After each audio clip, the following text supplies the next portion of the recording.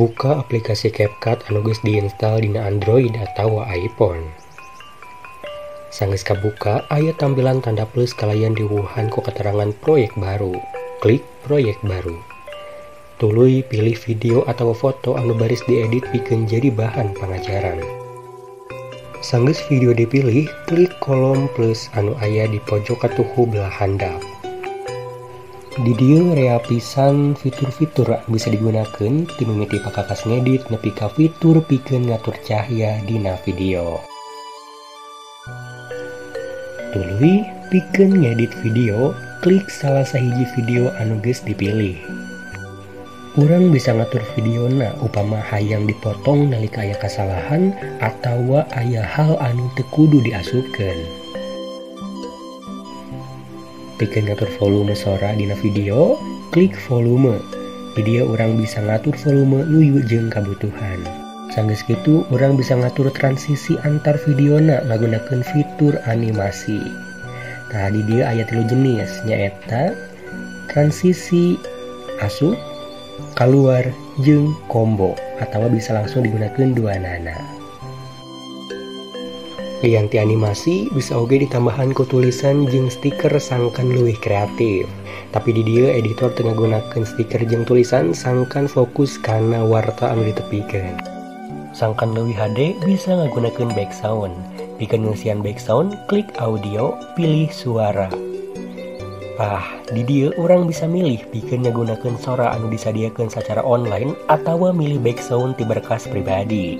Bisa oge dihubungkeun jeung aplikasi TikTok upama hayang ngagunakeun sound anu viral. Di dieu editor ngagunakeun sound pribadi.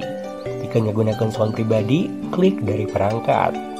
Sanggeus diklik dari perangkat, pilih audio anu bakal digunakeun, tuluy klik tanda plus anu aya di gigireun audio. Atur audio sangkan nuyu jeung waktu anu dipikir hayang. Sanggeus ngagunakeun background, urang oge bisa ngawuwuhan filter sangkan video leuwih eces. Di dieu rea pisan rupa-rupa filter anu bisa digunakeun.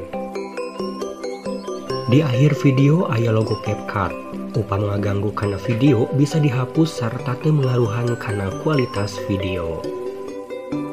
Memeh disimpen, cek heula videona sangkan bisa dievaluasi upama aya kasalahan, nyaeta ngagunakeun fitur preview. Sanggeus video dianggap luyu jeung anu dipiharep, simpen video ku cara ngaklik ikon save anu aya di pojok katuhu belah luhur. Di dieu oge aya sawatara resolusi anu bisa digunakeun, nyaeta 480, 720 jeung 1080.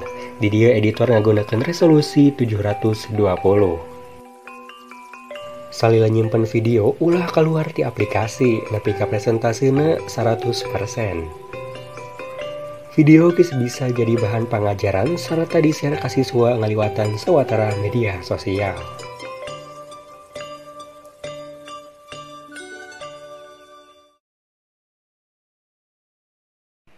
Assalamualaikum warahmatullahi wabarakatuh. Sampurasun. Pamirsa, sawatara informasi anu baris ditataharkeun ku rengrengan Ais Pangampih pas Jabar TV seja didadarkeun dina dinten ieu, edisi Senin 25 Oktober 2021. Diserangan ku sim kuring pun Yoga Indra Juniara anu seja ngadadarkeun iber salengkopna. Dina raragami eling poe pariwisata sadunya, pamarentah Kabupaten Bandung Barat ngayakeun vaksinasi massal pikeun palaku wisata jeung masyarakat umum. Ieu kagiatan mangrupa hasil gawe bareng antara pamarentah Kabupaten Bandung Barat jeung Dusun Bambu minangka salah sahiji objek wisata di Bandung Barat. Jenis vaksin anu digunakeun nyaeta Pfizer. Vaksinasi kahiji lumangsung salila 5 poe di tanggal 27 September nepi ka 1 Oktober 2021. Tujuan diayakeunna ieu wisata vaksin nyaeta pikeun ngahontal udagan 50% masyarakat Kabupaten Bandung Barat geus vaksin di akhir tahun. Ieu vaksinasi teh ngagunakeun sistem online. Hartina, masyarakat kudu daftar secara online samameh datang ka Dusun Bambu. Anapun syarat anu kudu dibawa ku pamilon vaksinasi nyaeta fotokopi KTP jeung bukti tanda daftar secara online. Vaksinasi di tempat wisata jadi panghirup pikeun masyarakat. Sabab salian teu meunang vaksin, tapi masyarakat oge bisa ulin secara gratis. Salah saurang masyarakat ngetelakeun dilaksanakan yang kegiatan vaksinasi di Dusun Bambu lumangsung kalayan tertib. Vaksinasi kedua di Dusun Bambu baris dilaksanakan bulan Oktober. Jadwal vaksinasi baris ditepikeun ku Panata Calagara kapamilon ngaliwatan media sosial sewang-sewangan. Pamirsa, warta nembe mangrupi informasi anu pamungkas dina pidangan Pas Jabar TV dinten ieu. Aya saur ti sepuh urang nyurup kana lagu Ninggang Kana Wirahma. Mugia janten lenyepaneun kang urang sadaya. Simkuring pun Yoga Indra Juniara ngawakilan Ais Pangampi Pas Jabar TV sejak amit mungkur amit mundur. Wabillahi taufiq wal hidayah. Wassalamualaikum warahmatullahi wabarakatuh. Hurip Sunda.